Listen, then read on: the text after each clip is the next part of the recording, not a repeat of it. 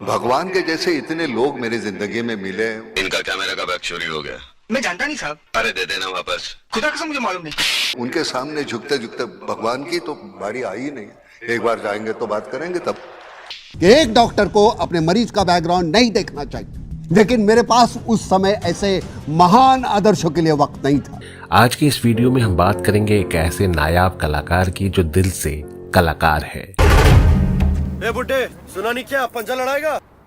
बाप को भेज। जिसने संवाद अदायगी का एक अलग तरीका बताया हिंदी सिनेमा जगत को। कैसे बताऊं मैं तुम्हें, मेरे लिए तुम कौन हो? अरे एक्साइटमेंट मतलब क्या? कहाँ बैठा हूँ, किससे बात कर रहा हूँ, क्या बात कर रहा हूँ, समझ में नहीं। कंट्रोल। कुत्ते की तरह जीने की आदत पड़ी है सबको। अरे इज्जत से जीना है तो खुद रहना सीखो। जिसके अभिनय ने दर्शकों के दिलों को झकझोरा। मैं हिंदू, मैं मुसलमान, मैं सिख, मैं फलाना, मैं ढिमका।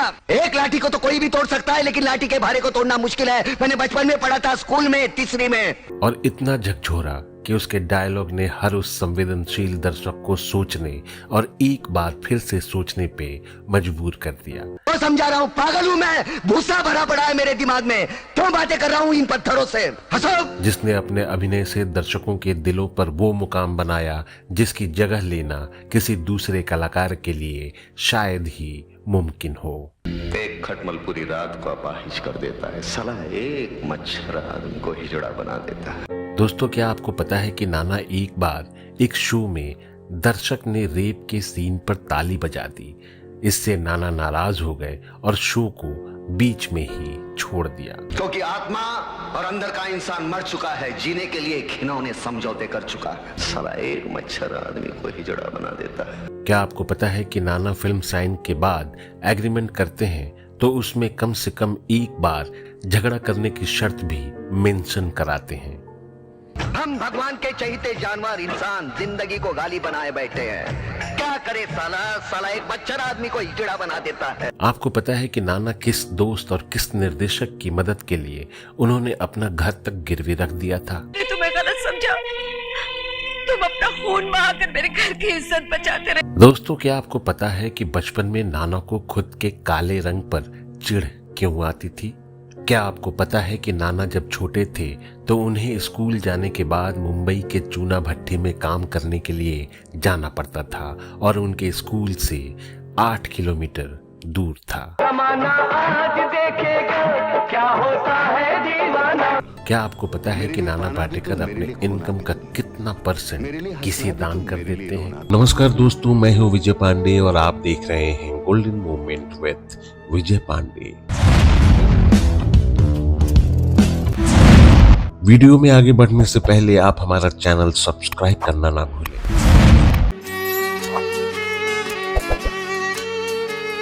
जैसे रेगिस्तान की जलती सुलगती रेत पर एक दिन अचानक इस तरह बारिश होकर जलती सुलग। नाना पाटेकर को अगर डायलॉग डिलीवरी का दादा कहा जाए तो शायद गलत नहीं होगा।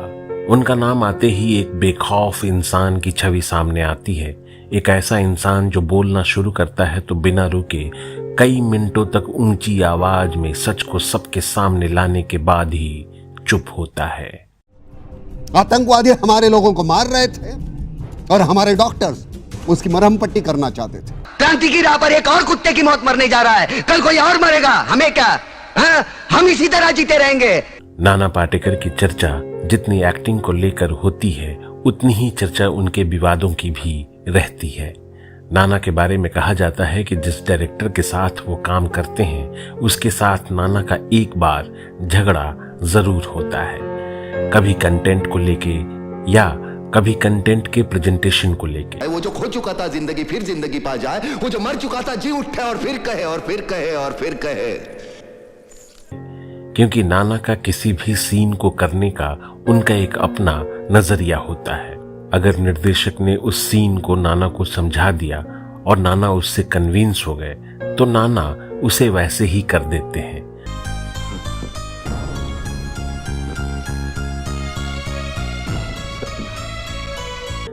लेकिन अगर निर्देशक ने नाना के सीन के डिमांड को सही से नहीं समझाया या अपनी बातों से नहीं संतुष्ट कर पाया तो नाना से झगड़ा उस निर्देशक का होना तय है।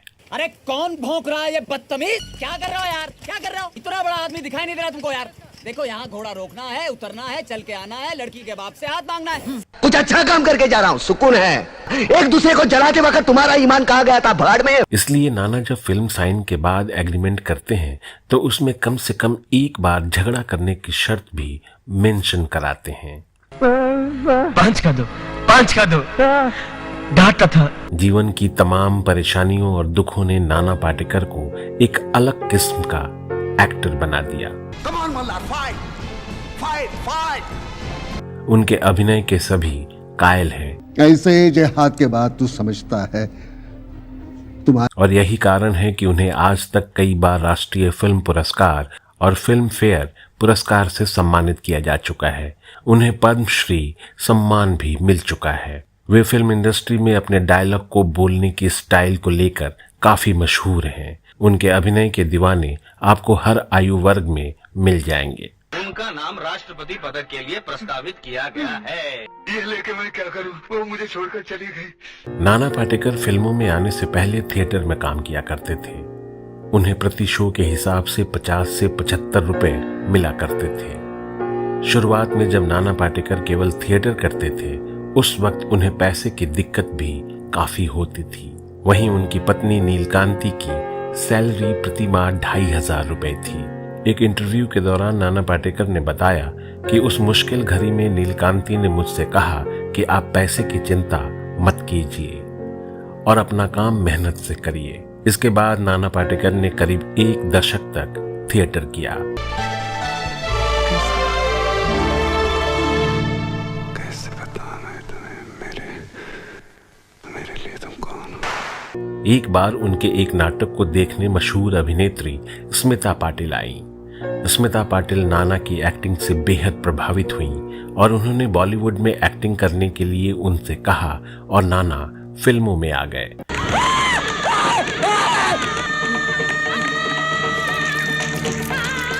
इस फिल्म में उनके अभिनय के लिए उन्हें सहायक सर्वश्रेष्ठ अभिनेता का राष्ट्रीय फिल्म पुरस्कार और सर्वश्रेष्ठ सहायक अभिनेता का फिल्म फेयर पुरस्कार भी दिया गया। उसके बाद नाना ने कई अच्छी फिल्मों में काम किया और अपने अभिनय का लोहा मनवाया फिल्म क्रांतिवीर। पहले राजा महाराजाओं की गुलामी की, फिर अंग्रेजों की, अब चंद गद्दार नेताओं की और गुंडों की। खामोशी। उनके गीत सुनाई देते हैं, यही गूंज रही है। यशवंत। क्या करे क्योंकि साला एक मच्छर आदमी को हिजड़ा बना देता है। अब तक 56। अपहरण। वेलकम।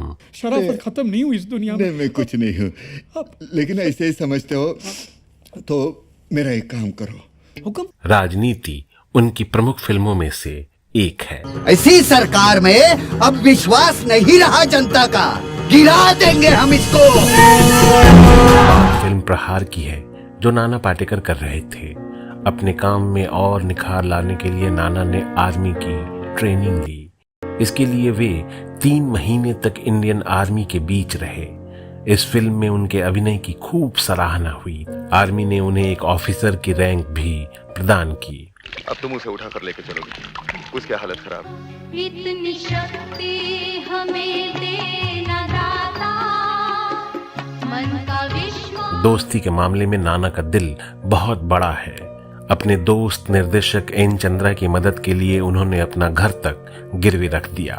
बाद में हालात ठीक होने के बाद एन चंद्रा ने उन्हें दी हुई रकम वापस की और उपहार में एक स्कूटर भी गिफ्ट किया। चल हट बाजू हट ना कर खटपट मत लपट झपट नट खट ना कर। बॉलीवुड में कुछ एक्टर्स ऐसे हैं जिन्होंने अपनी एक ऐसी जगह बनाई है जहां तक कोई पहुंच नहीं सकता है, या यूं कहें कि कोई सोच भी नहीं सकता। इसके ऑर्डर से चेक करेंगे आप। आपकी गाड़ी चेक करने के लिए हमें किसी ऑर्डर की जरूरत नहीं है।